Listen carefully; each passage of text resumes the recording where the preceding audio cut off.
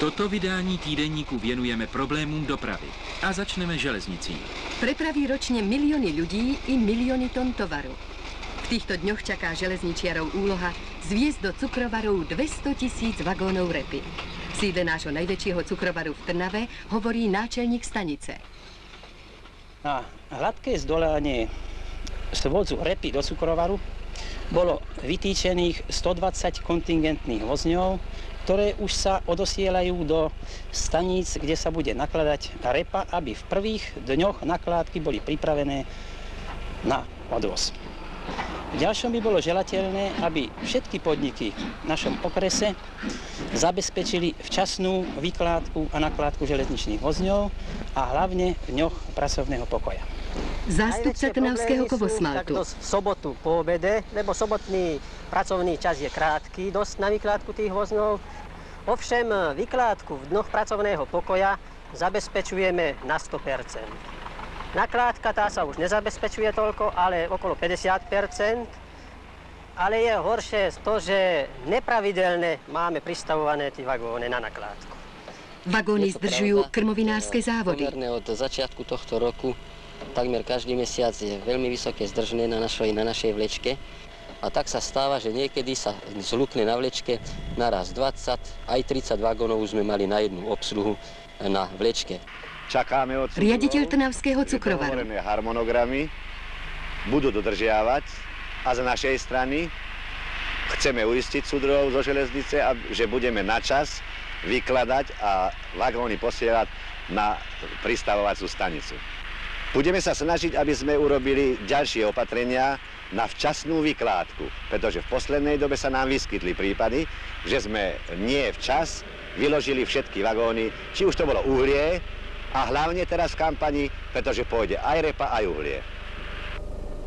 Záleží na všetkých veľkých závodoch, aby naša repa mala na železnici stále zelenú.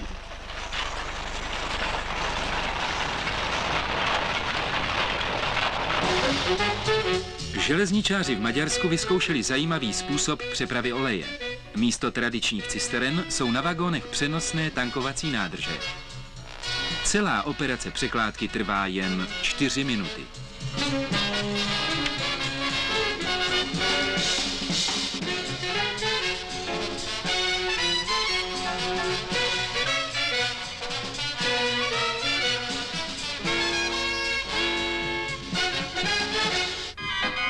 Automobilová doprava je u nás problémom číslo 2. Takéto garážovanie nájdeme v každom meste. V Plzni začali tento problém riešiť veľkoryso. Nákladom 12 miliónov korún postavili garáže pre 460 aut.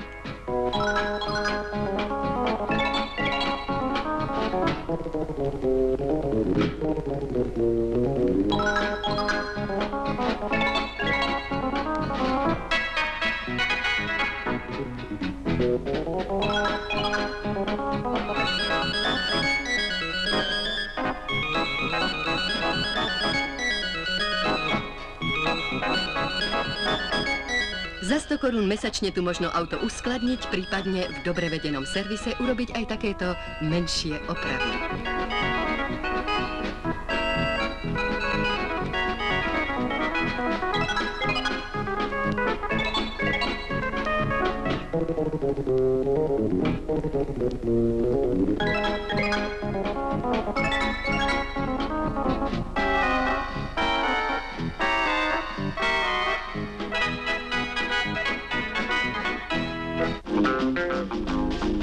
Hlavní sezóna dovolených už minula, ale není to přece poslední.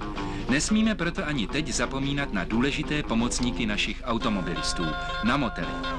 K těm, které už letos sloužili, přibyl nedávno v Modřicích u Brna další.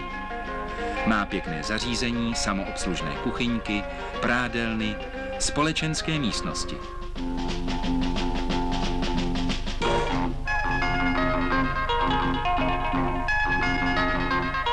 Až pojedete příští léto přes Brno, tak nezapomeňte.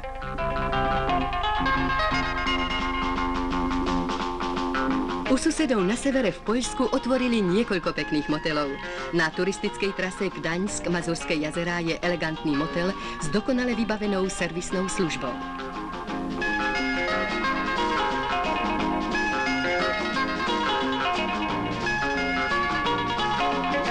Nedaleko Štetína vybudovali motel dokonca v 3 odstavených železničných vozňoch.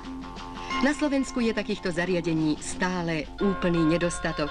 Do budúcej sezóny je však dosť času zameškané napraviť.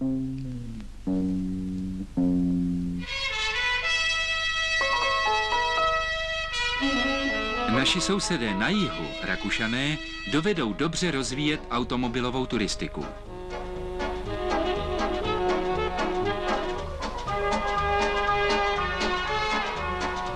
Bývalou příjezdovou cestu k stavbě hydrocentrály využili jako vyhlídkovou trasu. Přijíždí na ní tisíce turistů z celé Evropy.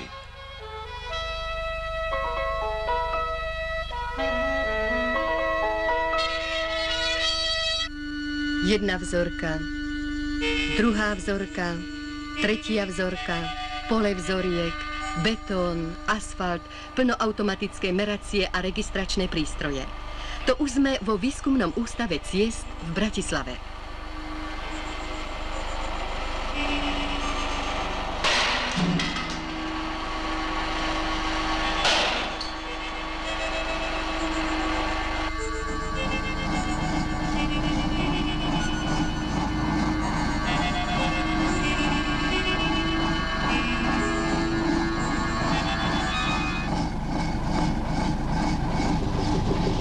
Tieto a iné skúšky majú dopomôcť k tomu, aby naše cesty dosiahli európsku úroveň.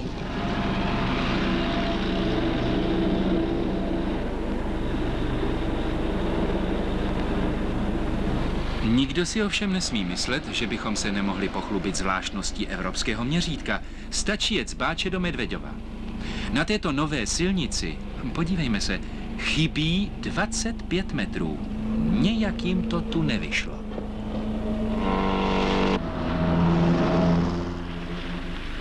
Kedy vám, prosím vás, slúbili, že dokončia tento úsek cesty? Tento úsek cesty mal byť ešte v roku 1963 dokončený.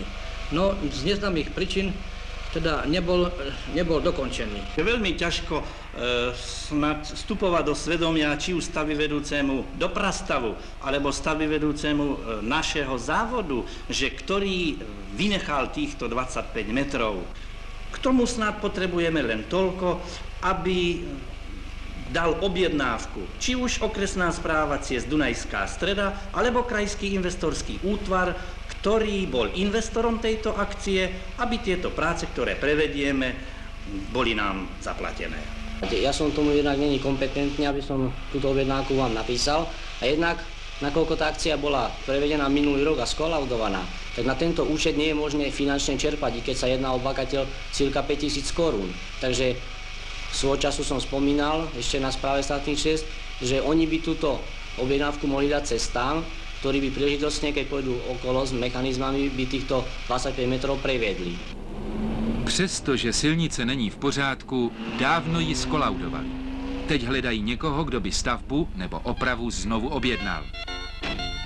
Dali jsme zástupcům jednotlivých podniků slovo, aby se mohli dohodnout, když se jim to až dosud nepodařilo. A hlavně, aby těch 25 metrů co nejdříve dodělali.